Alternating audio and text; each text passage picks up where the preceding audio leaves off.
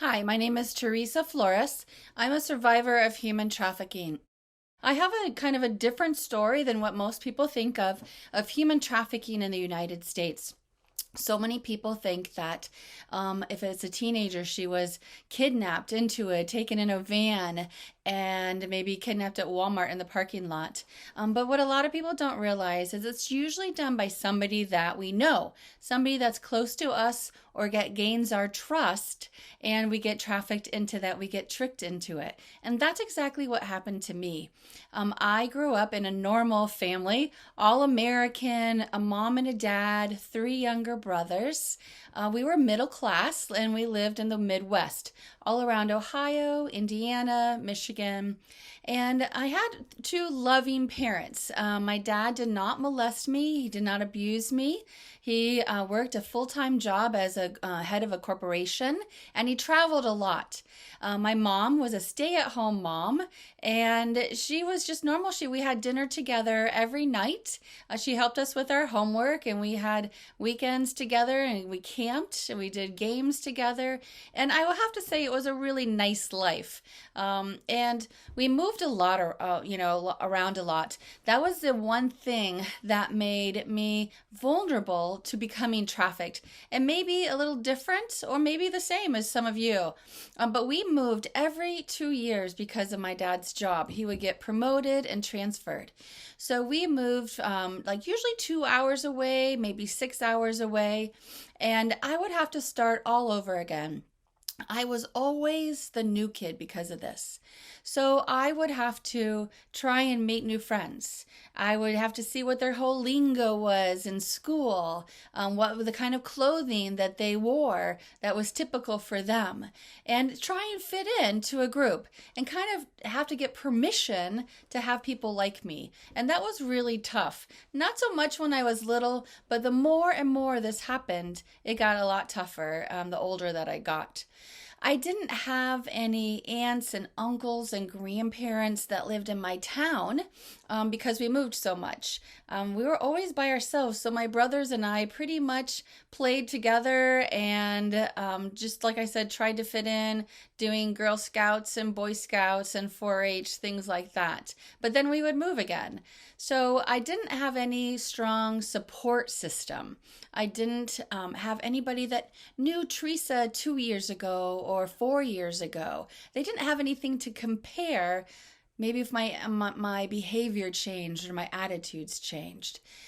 So by the time I got to middle school, I was starting to be able to fit in. I was in track. I was doing art classes.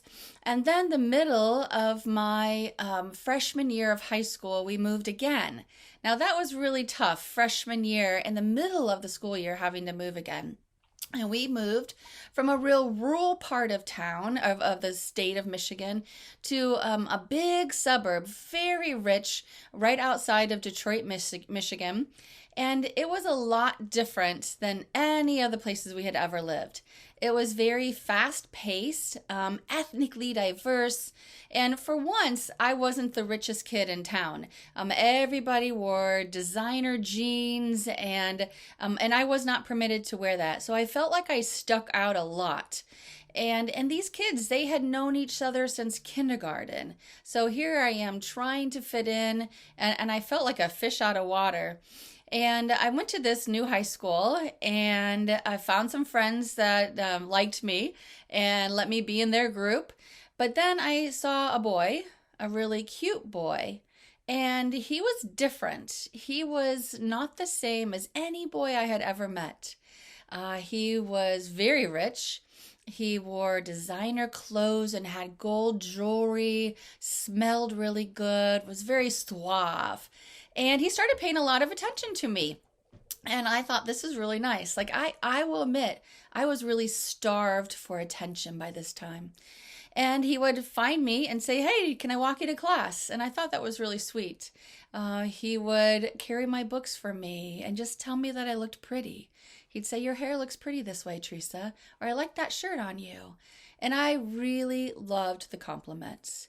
But my friends, they didn't like him at all. They said, you know what, we're in two different groups. If you want to be friends with us, you won't go out with him.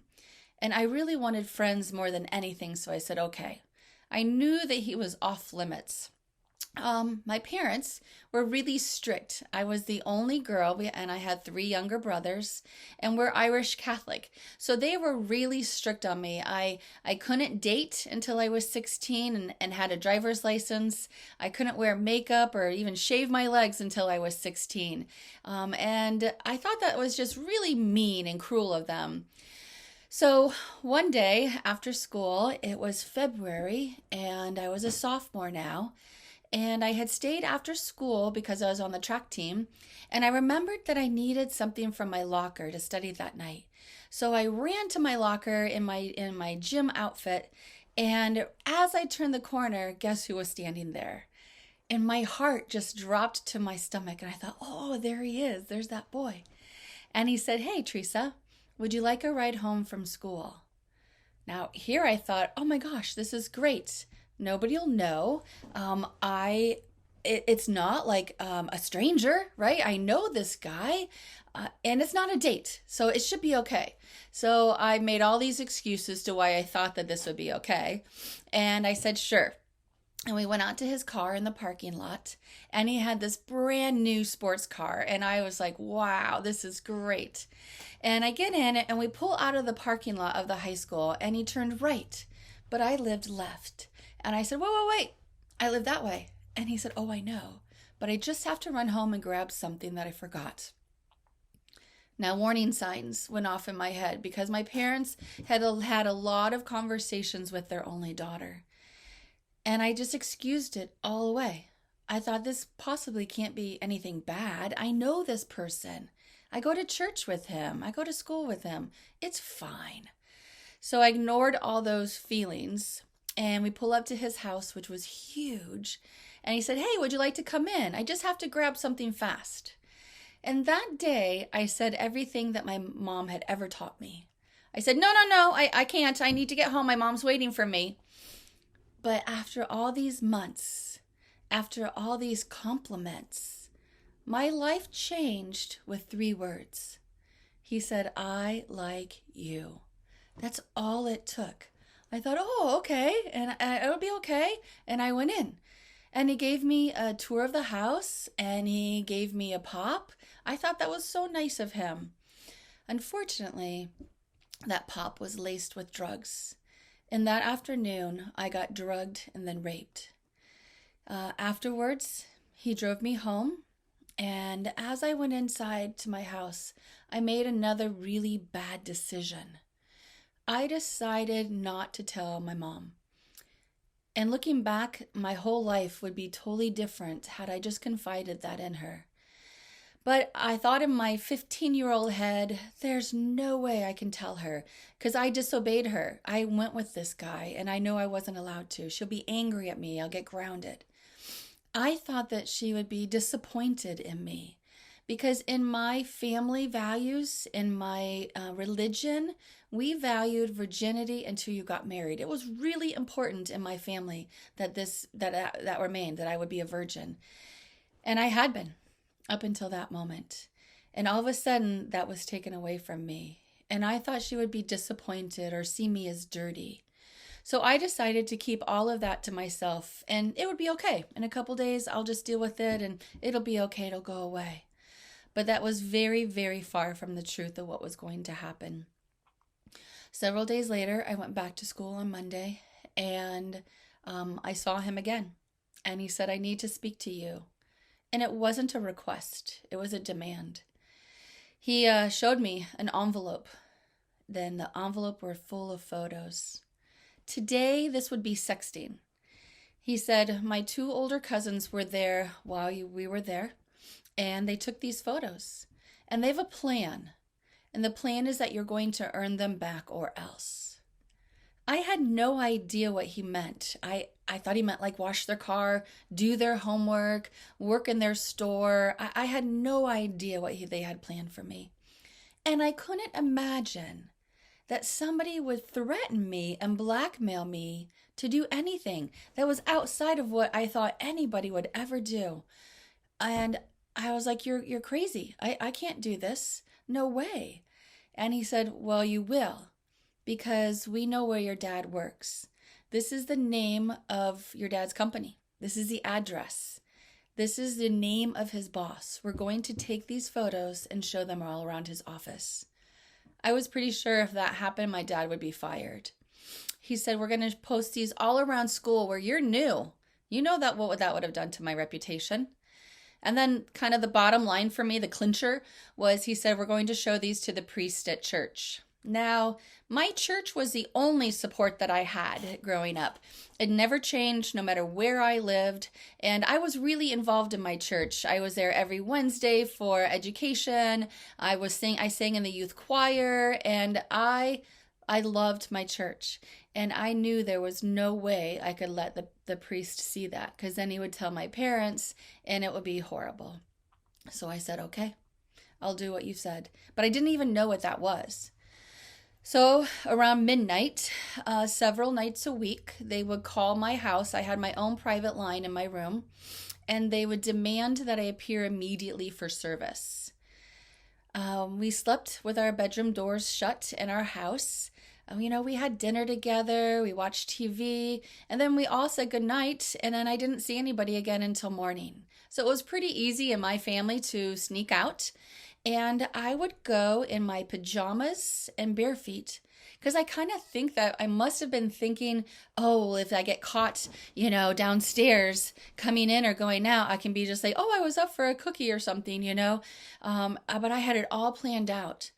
And I would sneak out of my room and go past my parents' bedroom, go down the stairs, and I would go out the family room door, the sliding glass door, and then I would close it, but I would leave it open just an inch. And I would run through my backyard, through the neighbor's backyard, and I would meet that car. They would take me all around the Detroit area to beautiful houses where they would deliver me like a pizza.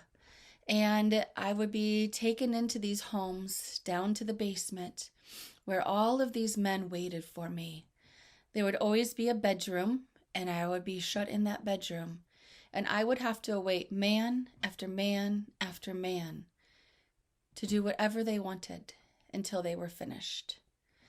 This lasted for 2 years, not knowing how to get out of this situation. I was trying to earn back these photos.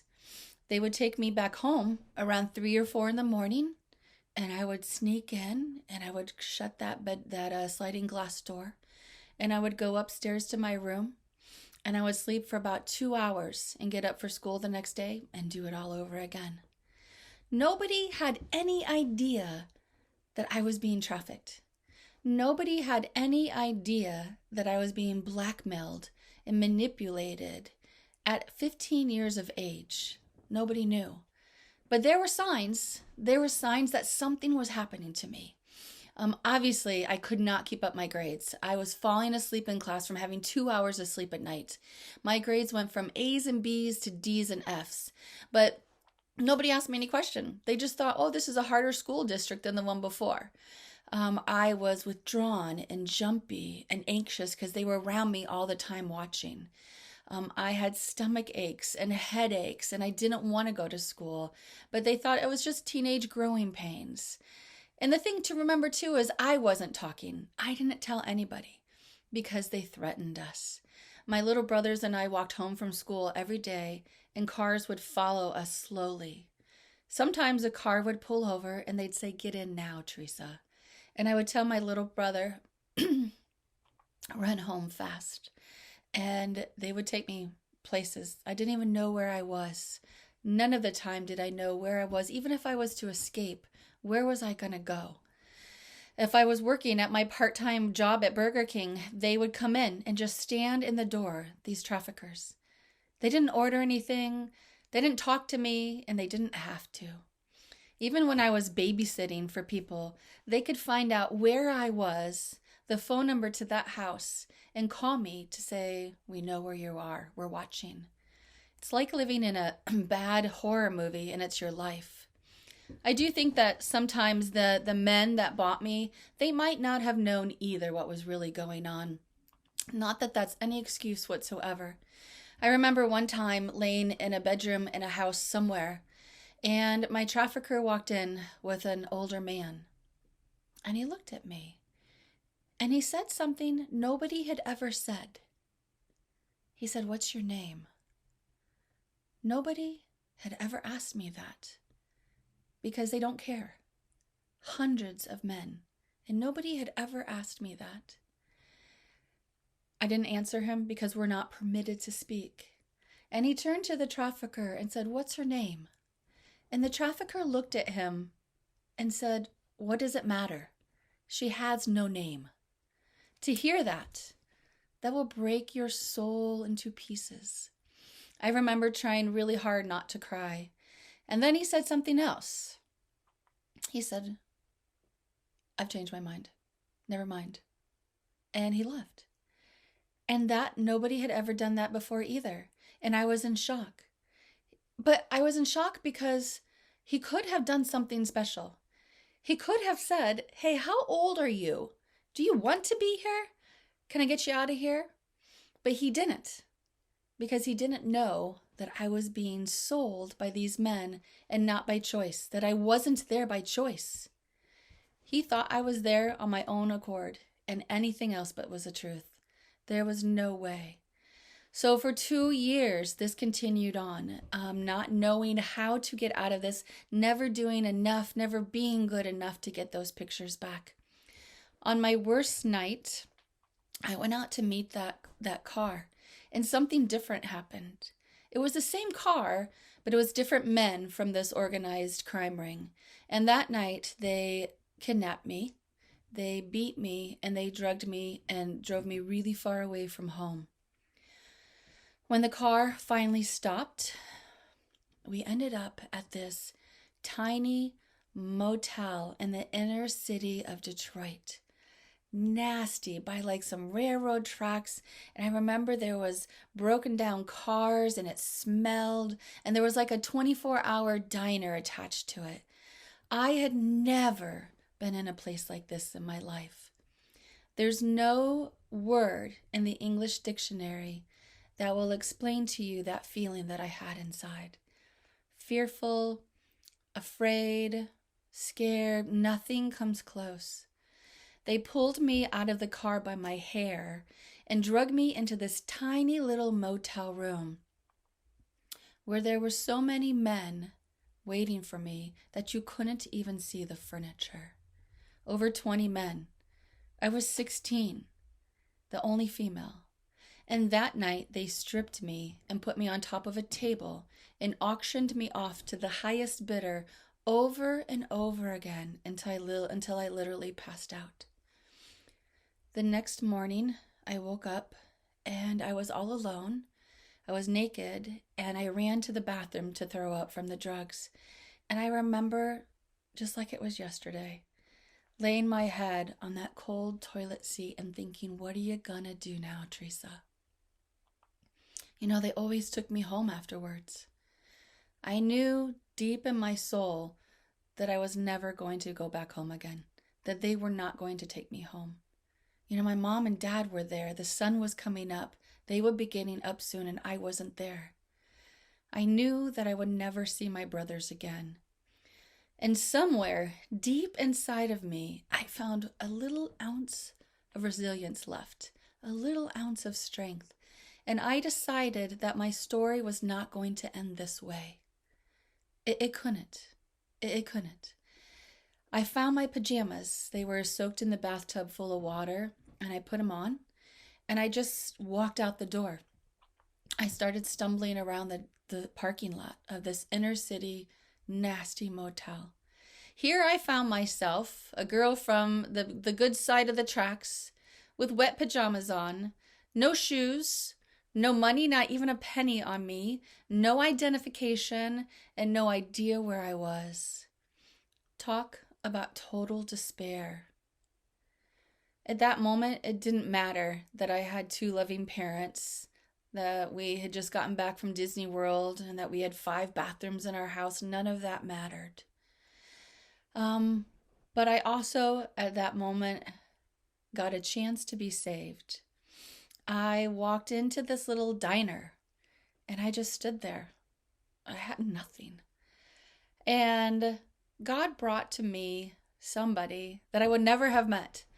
Our paths would never have crossed in my life, I'm sure of that. This old black lady pouring coffee to homeless men. She saw me, and she knew the signs of a kid in trouble. And she said something to me nobody had ever said. No coach, no teacher, no school nurse, no school counselor, no parent, no friend, no neighbor, no boss, nobody. She said, "Can I help you?" Wow. How simple is that? Can I help you? But I said, "No, I'm fine." Because I knew I had to say that to stay alive after what I had just gone through. But she did me another favor, and she didn't believe me. And that morning she called the police, and they came and they took me home. And I will tell you, I don't remember anything about that police ride home. I was in shock. He must have said, "Where do you live?" And I told him. And I do remember pulling up to the our house, and I remember thinking in my head, this is my plan. I'm going to say, "Oh, thank you so much, Mr. Nice Policeman." And I'm going to go get out of the car, go around the back of the house where the sliding glass door is still open. And I'm going to sneak up inside and go to bed, and nobody will know. And it'll be okay. Nobody will die. It'll be okay. And that was my plan, that I could still get away with this to protect my family. You see, they threatened to kill my family every day. They knew where my dad was at any given time. I thought I could do this to protect them. But he turned off the car, he gets out, and we start walking up to the front door, and there's my mom and dad, and they're not happy. They thought I was out having a good time, partying, messing around. And I didn't say anything. I didn't tell them, "You're right. These guys were hurting me." When he said, "Who did this?" I didn't say anything. And I should have, because I know they hurt others after that. But I didn't have the courage. So courage was needed. Honesty and truth was needed. And now that we educate everybody around us, I want more people to say, "Can I help you?" Because the more people that say that, that gives me the courage to be able to say, "Yes, I need help." So my story didn't end there. It got less and less, but they were grooming other girls for this. And pretty soon a miracle happened. My dad got transferred 1,000 miles away, and I didn't tell a single friend. I didn't tell anybody we were leaving, and I was able to escape. Most don't escape from this. Most will die in this. This is something that has gone to become the second leading crime in the United States. And it's not just from girls being kidnapped. It's girls that know somebody, that trick them, that groom them, that tell them everything they want to hear, and then they don't know how to get out. So if something like this is happening to you, there is a national hotline number. It's 1-888-3737-888. You can call that for help. You find somebody in your life that you can talk to. There's got to be one person that can help you. If you're somebody that sees the signs like this and you have that feeling that this might be going on, say, "Can I help you?" It's very simple, but say it over and over again, because the first time she's going to say no. But if she knows she can trust you, just say it over and over again, and maybe someday she'll say, "Yes, please help me." Thank you very much.